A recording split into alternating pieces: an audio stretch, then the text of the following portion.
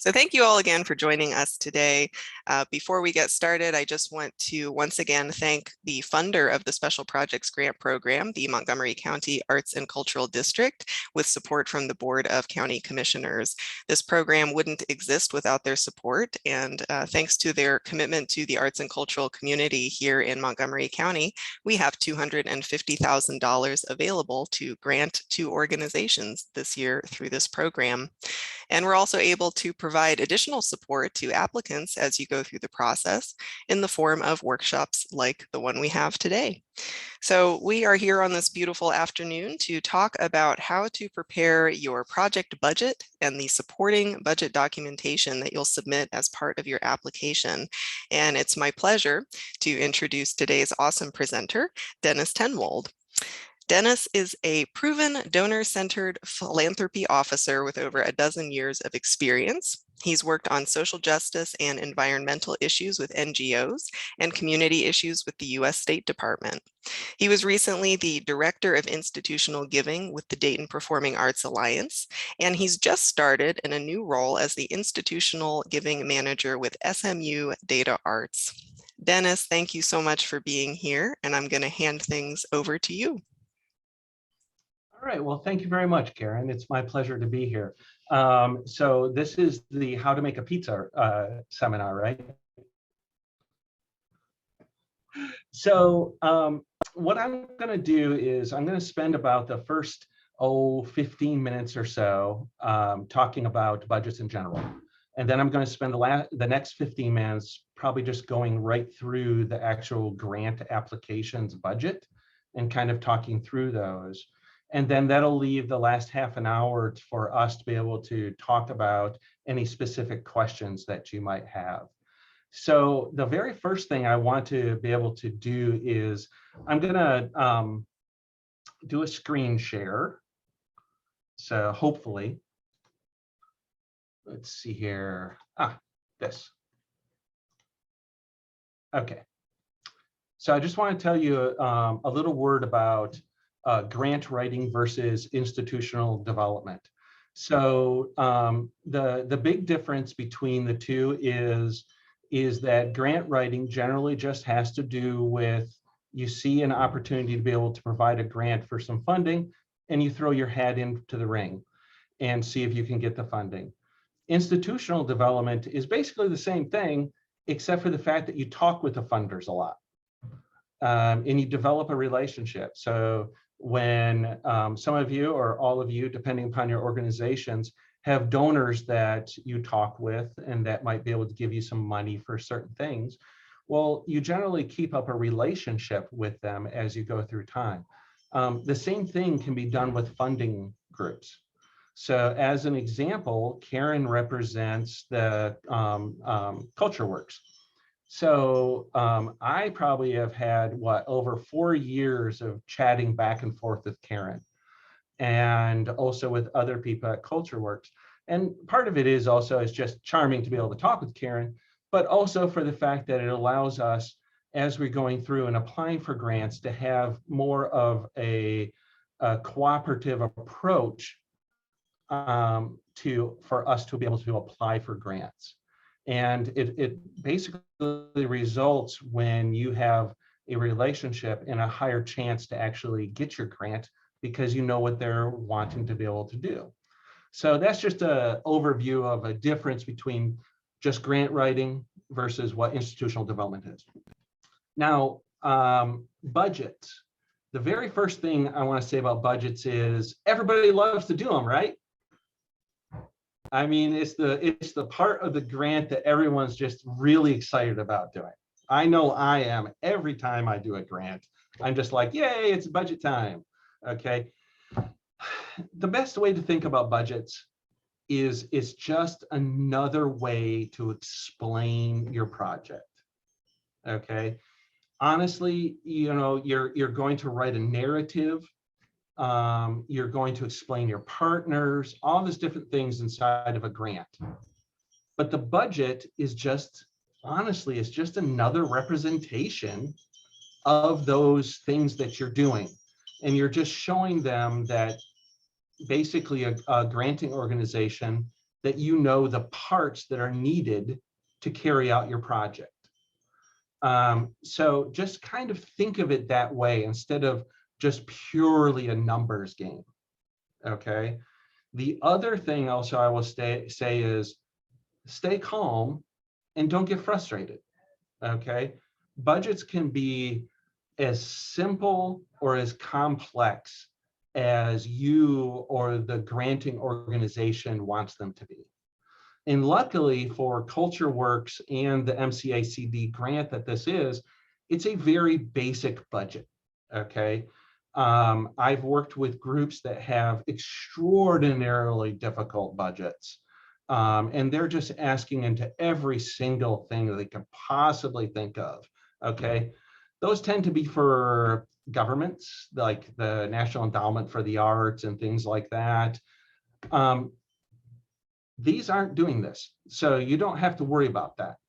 The next is, and this is how I like to be able to think about budgets, is you think about your project or a program that you want to do, and you have to think of all the different parts that are going to be able to take place to be able to make it happen.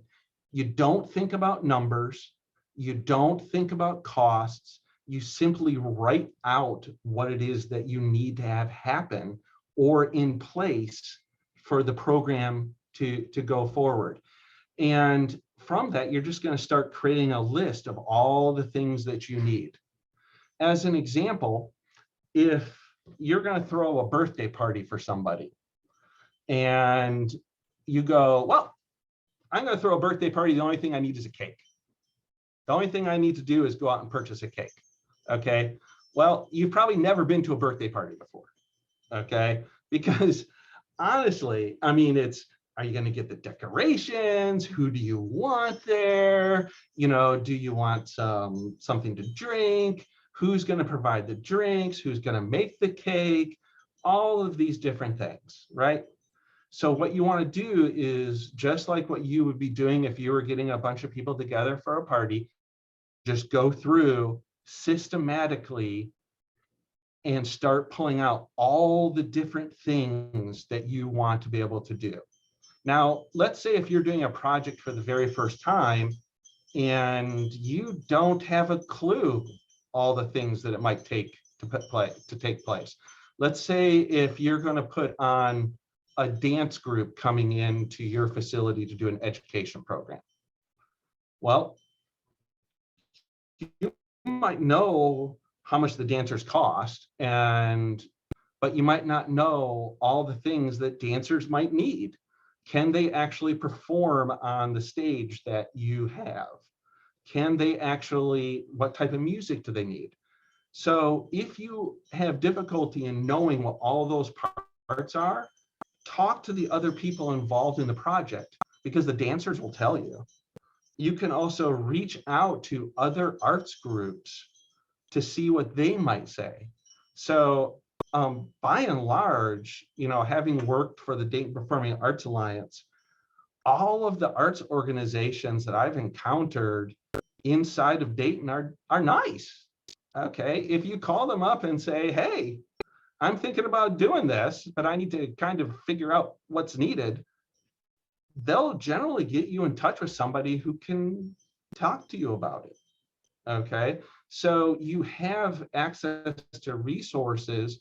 You just need to be able to basically call if you really want to make sure you know what everything is on your list. Now, once you have a list, you can then start looking at attaching cost numbers to them, okay? And where do you get these numbers from, right? Well, first off, if you are in an organization already that has costs and budgets, you're gonna be able to pull out the costs for things. So let's say if you're the artistic director who's putting together the program, if you are being paid by your organization and you estimate that you're going to spend 40, 80, 120 hours on this, you can actually figure out how much it's going to cost for you to take part in this. And the other part are bills.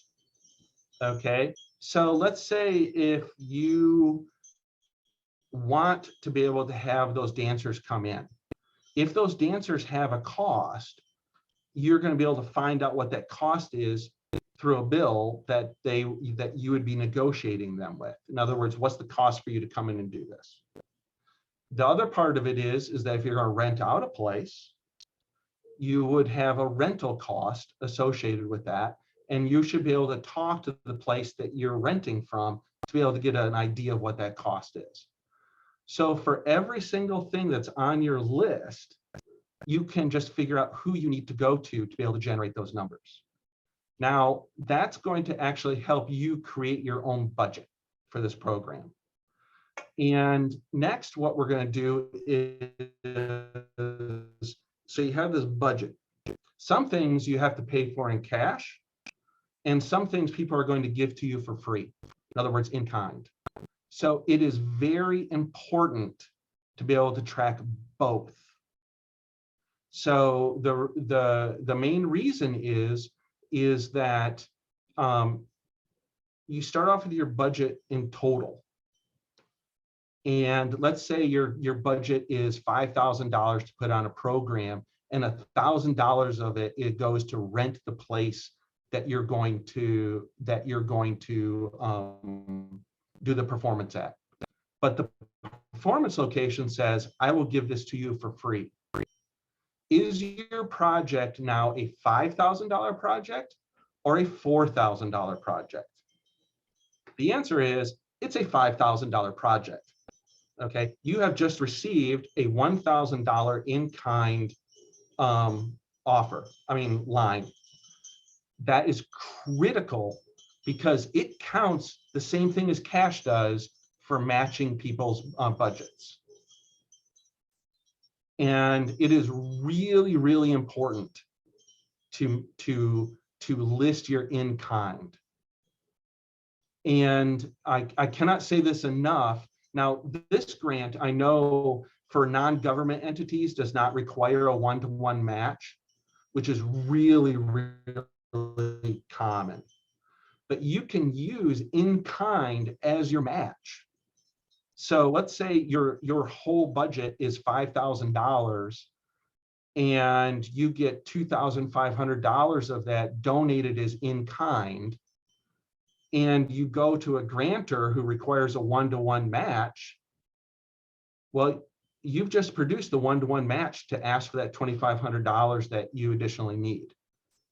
So if they give you the $2,500, your in-kind people give you the $2,500 in in-kind, you've just carried off this program that's a $5,000 program, spending none of your own money. So that is critical to understand and to make sure that you keep track of. Now, one of the things that I'm going to be talking to you about here is tracking in kind. Tracking real costs is pretty easy, right? I mean, someone's going to hand you a bill and that's it. In kind, you need to make sure that you have the ability to be able to show that it's really in kind. So if there's a cost for $1,000 and they are going to give this $1,000 place to you for free, you should have an email or some kind of contract that shows that it was written off as $1,000, because then you can prove that you got it for free. The hard thing comes when it comes to people, okay? People inside of budgets get messy. So if you are talking about your internal costs for personnel for your own organization, you might have a budget. You might be able to determine pretty easily what the per hour cost would be, or what the cost for a salaried person would be for that period of time. Now, what happens when you have the doctor, internal surgery, let's say, come and he wants to donate his time to you as an usher, okay? That doctor doctor is probably making $1,000 an hour, okay? You can't count him as $1,000 an hour in kind because he's not performing surgery for you, okay? He's an usher. So you have to look at how much an usher would cost for an in-kind amount for a personnel. The same thing for any other kind of donation. If a lawyer comes in and he's doing legal work for you, then you're able to get the in-kind level of donation that's his normal per hour work. But if he's coming in just to hand out candy or to take tickets, it's probably just going to be, probably the safest thing is to list, minimum wage for the level of in-kind service. One of the biggest things that you will see that people will get caught on is that someone will say, well, I have a high value person that's like, that earns $200 an hour. He's going to donate 5 hours to me. And that means I have $1,000 worth of in-kind match. Okay. Granting organizations will see that and go like, well, what is he doing that's worth $200 an hour? So just be honest with that and build up your in-kind. Now, the next thing is that if you have match that you need to hit, the thing that you want to apply the match to would probably be the easiest thing possible for you to track. So let's say if you had $5,000, if you're receiving a $2,500 grant, I would apply that $2,500 to the dancer's costs on that line item because it's the easiest thing for you to track. Okay, it's not necessary, but it's just the easiest thing to track. The other thing about grants when you're applying is always make sure your income equals expenses. So if you have $5,000 program, when you go down and you put in your income, first off, you're going to have income that's coming from the grant you're applying for. All the rest of the money, let's say if you're applying for $2,500 worth of grant money, you have to show that you've come up with the other $2,500 so that your expenses equal your income. Now you're like, well, how do I do that? I don't even know where I'm getting the other $2,500 from. Okay. The issue is that you put on that income that you're going to be putting that down as you're going to be raising it in the future. So in other words, some people might have already committed money to you that you could write down. And then the rest of it will be stuff that basically is going to come from individual donors or you're going to be asking other people for.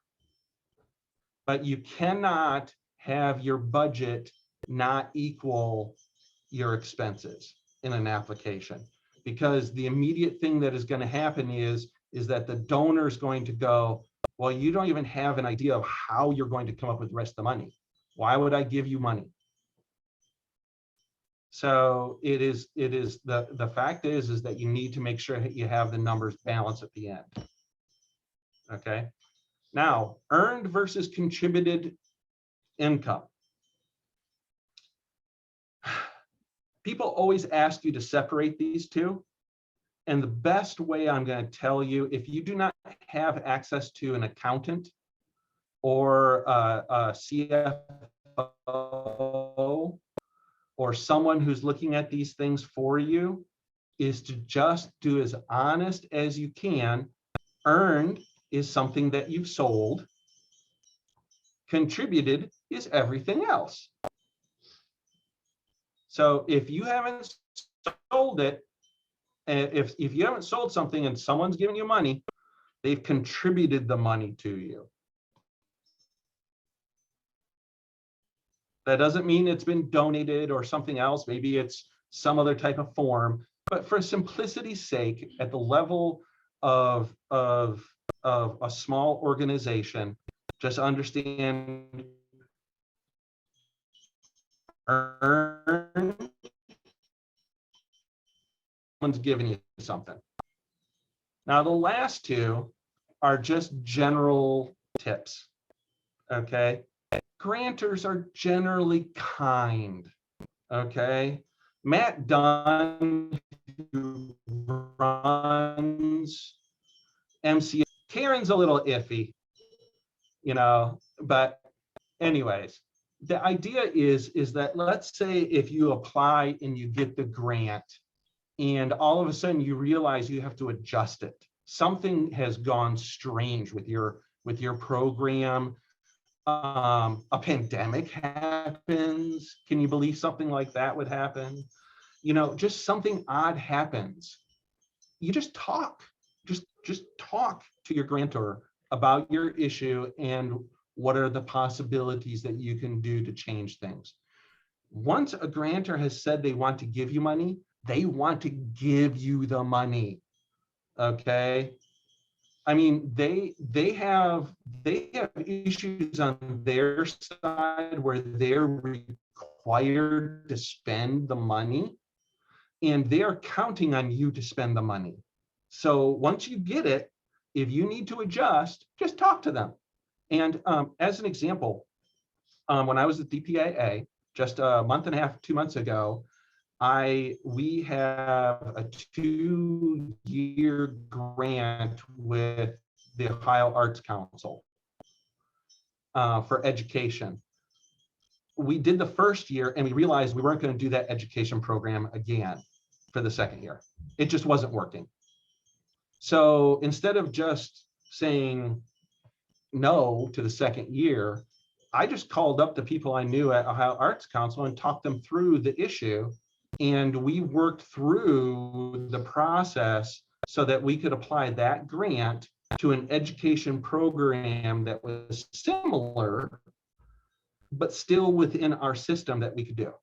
And they are happy because they get to support, their money is spent.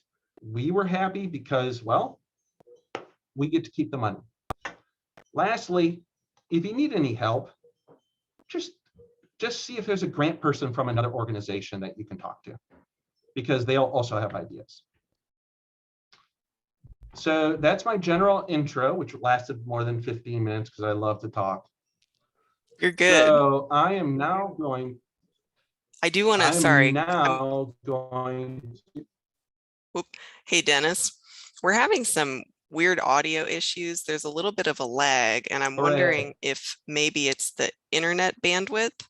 So could you try switching your video off to see if that frees up any of the bandwidth?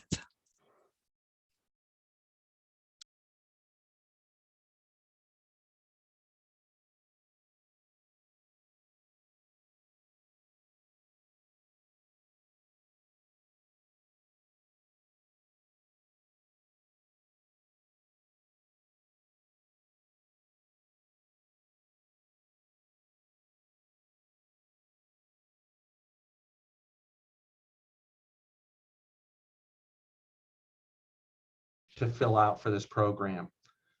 I don't know the exact needs that you have, but we're going to actually handle personnel last. But if you go into these areas, you see that the first area is for you to put in how much money that you want from the grant. The second is how much money from your organization that you're going to spend in cash. This is going to automatically total. Your in-kind, which is what I was just talking about a minute ago, is where you add in the information about, like, if people are giving you something free, and it will total automatically over here. This grant, you can ask for up to $10,000.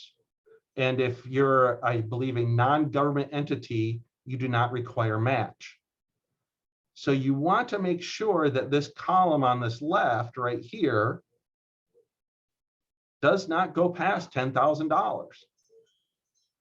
It is one of the simplest mistakes that people make when doing a grant is that their numbers don't add up. Now, these are these will auto sum. So what you're going to need to do is as you add these in, it's going to total this stuff at the bottom. Just make sure it doesn't go past $10,000. If it does, look back through your numbers to make sure that you got them correct. Outside, I'm just going to go over a few of these items. Outside fees, and there's a definition for each one of these, but outside fees are literally basically outside personnel fees that you're paying to other organizations to take part. So if you're paying for dancers to come in, if you are paying for a clown to come in, a professional reader, an artist, these should be under outside fees because they are not part of your organization. If you have to travel, if you have to pay those outside professionals some type of cost to be able to have them come, like whether it's, the cost of a car rental, air flight, hotel room, that's where this line goes. Marketing and publicity. If you do not market nor publicize your event, no one's going to come. Make sure that you have something in the marketing and publicity aspect, whether it's cash because you are actually paying something, or if people are doing the advertising for free for you, that's a great in-kind to make sure that people are doing. Okay? The production and exhibition. This should be all of your costs generally associated with putting on your program, except for facilities rental. Okay? So if you have to pay for lighting, if you have to pay for getting equipment transported, if you have to pay for getting scenery or putting in a special floor, put those under production exhibition. Facilities rental, this is very straightforward. Are you renting a place and does it cost something? Accessibility. Accessibility is going to, especially in this day and age of the coronavirus, do you have to spend something to make sure that people can actually access this place? Any other like oddities in remaining expenses, you can just put in here. Like let's say copying costs, mailing costs, things like that. My dog is saying hello, by the way, to other people. So those are very straightforward. You don't, in general, if you click on these, they might have you enter a little bit more data, but in general, it should be just really straightforward. What you want to do is you have created this budget of your own. And what you want to do is take that budget and look at these particular areas, and on your budget, you write in where you've placed it into this budget. The reason why I say that is that using other people's budget forms isn't easy. What you want to be able to do is just have proof from your own budget about how you got these numbers. So whether it's an Excel spreadsheet of your own or just a 8x12 piece of paper that you've sketched out the budget on, just write down, like, if we're going to spend $200 on a media cost, make sure that on your own budget piece of paper that you can mark down that you've put it under marketing and publicity line. That way you know where the numbers have gone. I'm going to go down to personnel, actually. Sorry about the scrolling through. Personnel, they separate into administrative, artistic, and support. Here, what you want to be able to do is to make your best determination of what these represent. Artistic is very straightforward in the fact that, hey, if someone is dancing, they're artistic. What about the artistic director? If you have an artistic director and they're spending time on this, are they administrative? Are they support? Or are they artistic? Okay, in my organization, the DPAA, we would list them under artistic if they're actually dealing with the artistic creation itself. Administrative tends to be more of like your CEO, your CFO, secretary, well, not secretaries, but other people that are just more in the background to help. Support represents people in general that don't fall into those first two categories. But I'll tell you, if they have anything to do with the development of the art itself and putting it onto the stage itself, you can pretty much say that they're pretty close to being artistic or administrative. Again, the trouble is not so much that you put the numbers into one or the other, it's just that you remember why you put them into one or the other. So if someone comes to you and say, why did you, how did you come up with these numbers for administrative versus artistic? Well, if you have 3 or 4 people on your budget and you just wrote down next to them that you put them into administrative or artistic, it just shows your thought process. Now, what I'm going to do is go to what this grant requires when it talks about your income. Okay. Here we see earned income and contributed income, which I've already gone over. Projected versus confirmed. Confirmed means you have it. I mean, you have it. Someone has written an email. Someone has given you the cash. They have it. Someone is contracted and you are going to definitely have that cash. Projected means anything else that's not confirmed, like this grant. You're applying for it. You know that you're going to be asking other people for money. You're probably not going to have to list them all out. You're just saying that this is where you're going to go. And that's really it for this budget. It is not a overly abusive budget, but it still has things where you're going to need to be able to figure out where you want to be able to put things. So now I will be able to answer questions. And I hope that was helpful. Thank you so much, Dennis. I'm going to buy people a little bit of time if their fingers are typing away or if they're thinking of their questions. And I'm going to do a screen share here because I want to show you for anybody who has applied for this program in the past. You're very well familiar at this point with the fact that we did switch over to a new grant platform this year.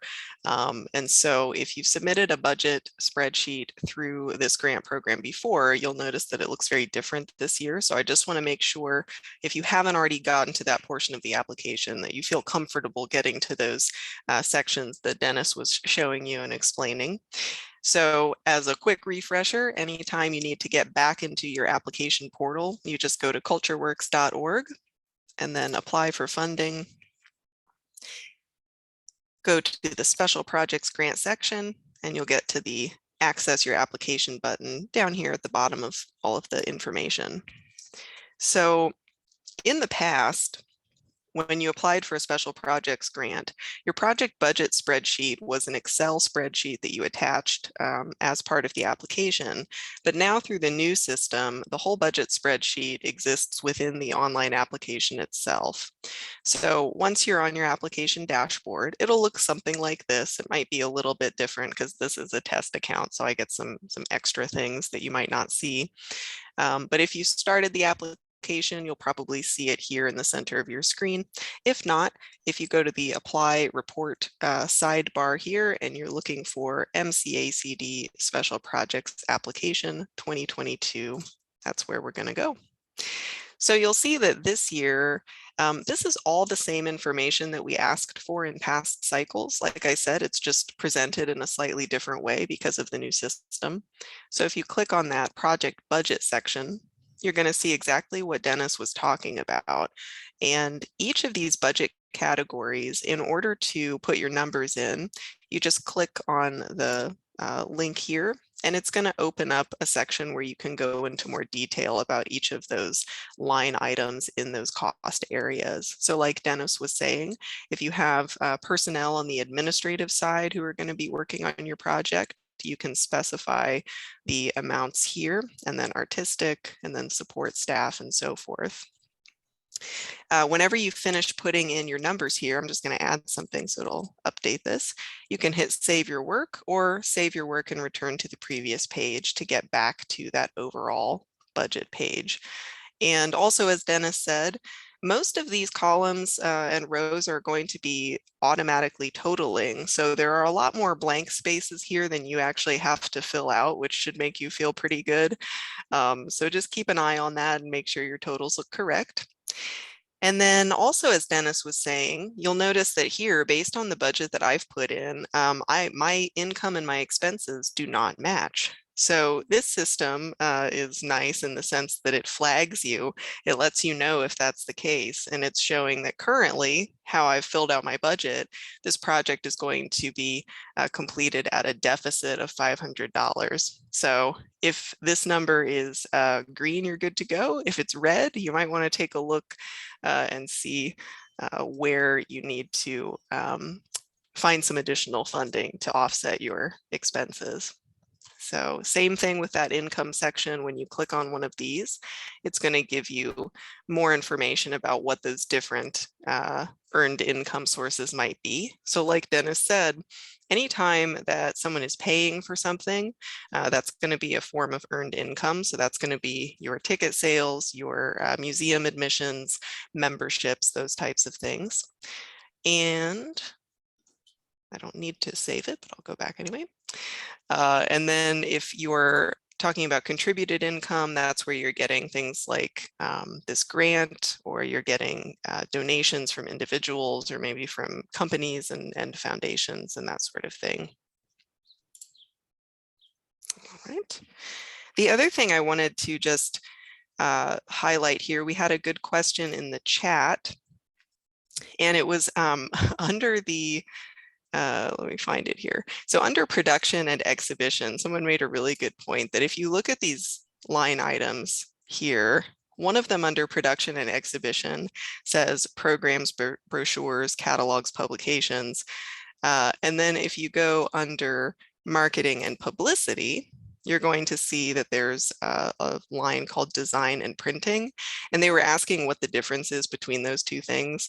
That's a really great question. And the way I would explain it is that if it's some kind of material that you're actually going to be distributing at your event, so it's a program booklet that attendees are going to have in their hands as they're sitting in their seats for the performance, or something along those lines, you can put it under one of those line items under the production and exhibition area. If it's something that you're getting out into the world before the event happens in order to promote it, so maybe you're printing off flyers or something like that, or postcards, then that would go under that marketing and publicity section. So to be honest, as I told the person who asked the question, that's the sort of thing where you're not going to get dinged if you categorize a program, if you put your printing costs for a program booklet under marketing and publicity. We're not going to, say, no, that doesn't make any sense. But if you're looking for why there are those two line items that seem very similar, that's kind of how that works. So let me see, I think I had another question down here. Awesome. So someone asked, what if you are partnered with other organizations who have raised funds and will be using their funds as part of funding your project? Dennis, do you want to talk a little bit about that? Sure. So that would come under, if you go down to income, that would be contributed income.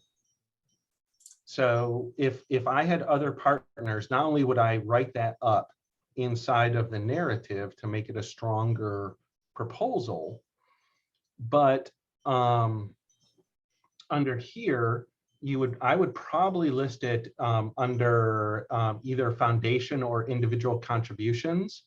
And I would list it as confirmed. And if, in all honesty, looking at these categories, I would probably end up calling Karen and asking if it's another nonprofit who's giving us this money, how would you like us to categorize it?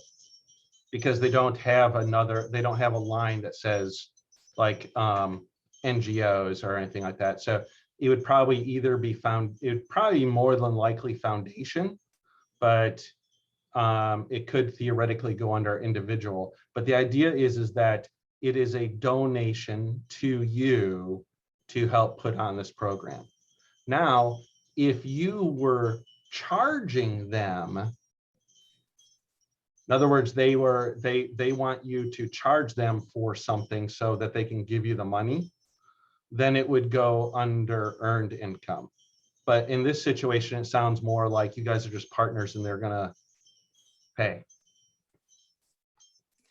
Yeah, and another thing you can do is that if you have anything like that, where it's some kind of a source of income that doesn't really fit into these categories, you should be able to use this add new item button, and it'll let you self-describe what that source of income is. So if you wanted to put, I just threw test in there, but if you wanted to put the name of that partner organization that's explained somewhere else in your application narrative, you could put them there as well. And there are a couple of, let me see. And then when you're thinking about your expenses, you want to think about, so that funding that's coming in from that partner organization, where are you going to be using that funding? So this goes back to that whole, your income and your expenses need to match. And so, like Dennis said, I think that's great advice, is thinking about what makes it really easy for you to track. It's maybe the reality is that you've got a partner who's like, you can use this money wherever makes the most sense for you. And that's really exciting. But as you're putting that into your budget, it might be really challenging for you to keep track of if you're taking, a few $100s and putting it into this area and a few hundred in that one. So maybe if they give you, $3,000, you say, that's about how much it's going to cost for my outside fees. So I'm going to put their funding there so that it's all nice and clean and tidy and easy for me to track. And because they are paying for it, and it's part, I would list it as other cash expenses, because you're listing it as cash that's coming in.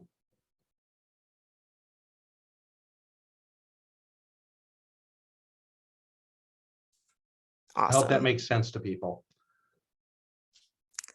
And I saw it.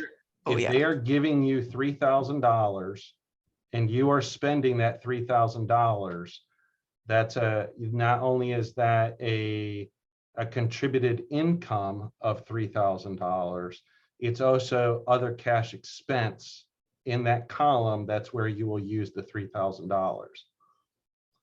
If they are not giving you the cash and they are paying for it themselves, it would fall under in kind.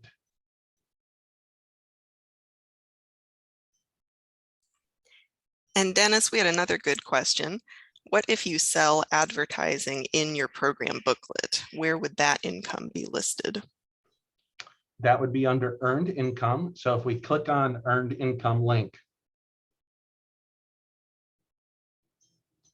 I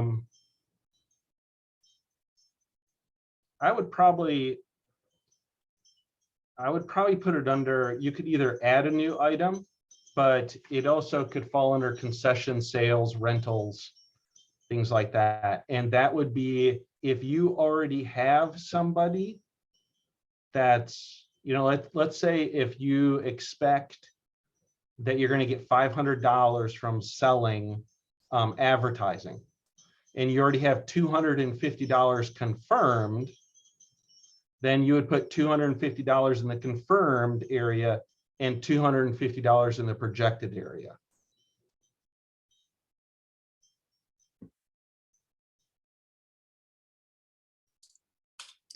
And I saw a question, this one's very specific to a particular project, but it raises a good point that I just want to address. So someone was asking about when they're getting support from a specific group that they're putting into their income section of their budget spreadsheet.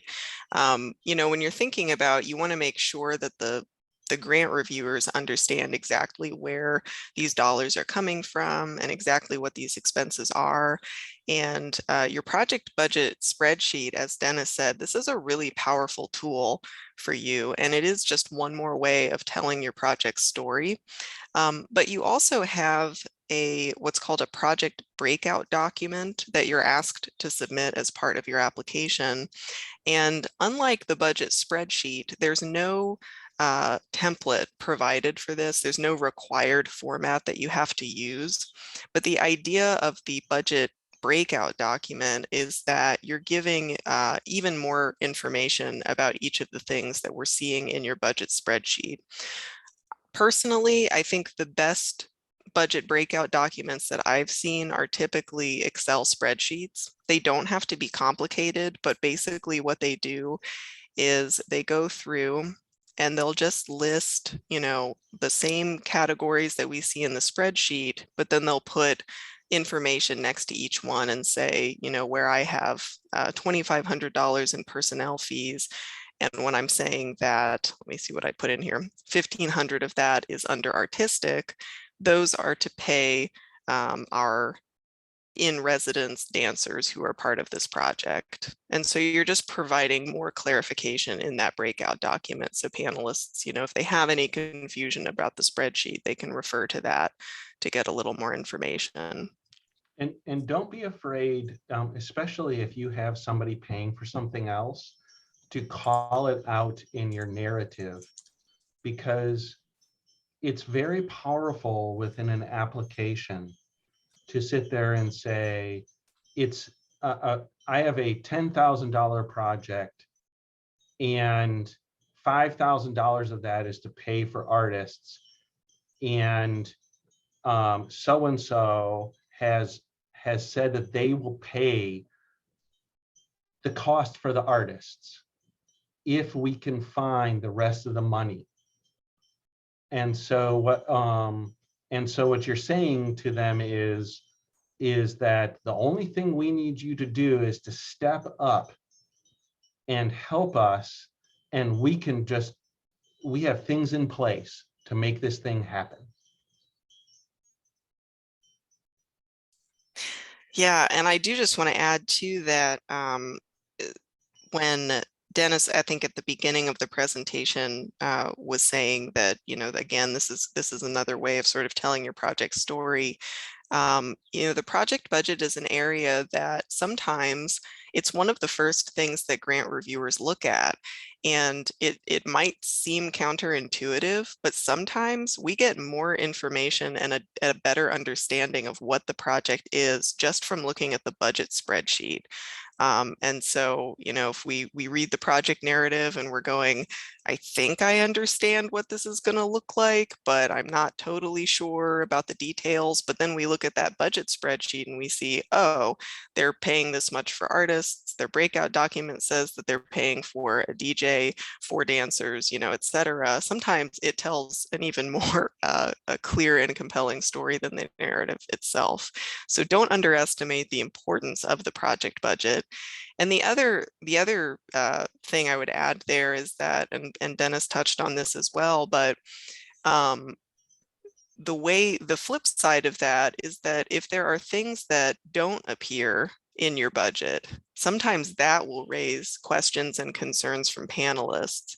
And particularly when Dennis was talking about those in-kind expenses, that's an area where we see a lot of organizations and individual artists make the mistake of not including those costs and those contributions in their budgets. And so when the panelists read their project narrative, they go, oh, okay, it says that they're going to do X, Y, and Z, but their project budget only covers 2 of those 3 things. I'm concerned because I don't know where they're getting, how they're going to, cover the costs of those other artists. And you talk to the organization and realize it's because actually someone loves their project so much that they're donating their time and their services to support it. Yep. But if it's not in there, the panelists don't know, and it can cause concern. Right. And one of my jobs when I was within the DPAA and several other organizations was actually project or program development within the organization. And one of the things is that you would have people who would come up to us and say, oh, we can do X, and it's only going to cost us like $10,000 because I can hire the person to write this for $10,000. Well, then it might sound like it's like really cheap to hire someone, let's say, to write a ballet for you or to do something else for you. And I'm just pulling things out of the air here. But then where are all the other costs? Like paying the ballet dancers, renting the location. I mean, there's a lot of expenses past just the simple initial idea that you have to make sure are there. And this budget that you are showing to other people is a representation of how you have thought through your project. So if you say that you are going to go perform at a location, let's say you're gonna perform at the Schuster Center, but there's nothing in your facilities rental line for Schuster Center, they're gonna like, well, that's a pretty big expense not to even know, I mean, not to even be recognizing. So again, it's just a way to be able to tell your story.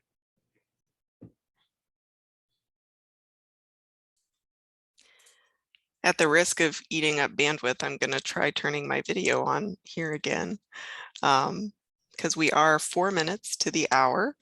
So, and I think we've answered a few burning questions. If you have any others, please keep sending those. But since it seems like we're winding down, Dennis, do you have any final thoughts for us before we sign off for the day? Sure. Again, the thing I would say about budgets is that no one, unless you're an accountant, probably jumps up and down and says, oh boy, oh boy, oh boy, I want to do a budget today. Okay. Just take your time, walk through everything that you need for a project, just like what you're going to be doing for your narrative and talking about things and the things you need. But you just write it all out without the numbers. Don't worry about the numbers right away. Just write every single thing out that you need to have covered. Talk to other people. And then from that, you're going to be able to start shaking out a complete list of the things you need. Once you're there, you're going to be able to then go find the numbers.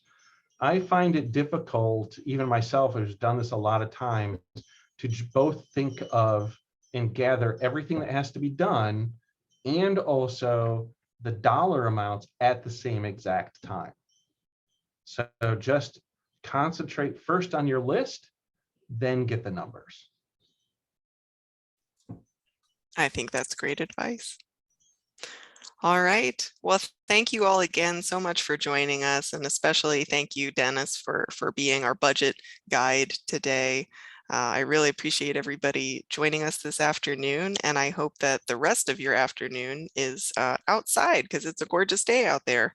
So have a beautiful rest of your afternoon and a very healthy and inspired weekend. Yeah, Thank you all. thank you all for coming, and really good luck on the programs. I must say, you know, kudos to all of you for moving forward on arts programs and other things for our community. Our community is so much more healthy the more arts we put out into it. Okay, and from any direction and from any area, it is just a healthier community because we do those things. So yay, go for it. Thank you all.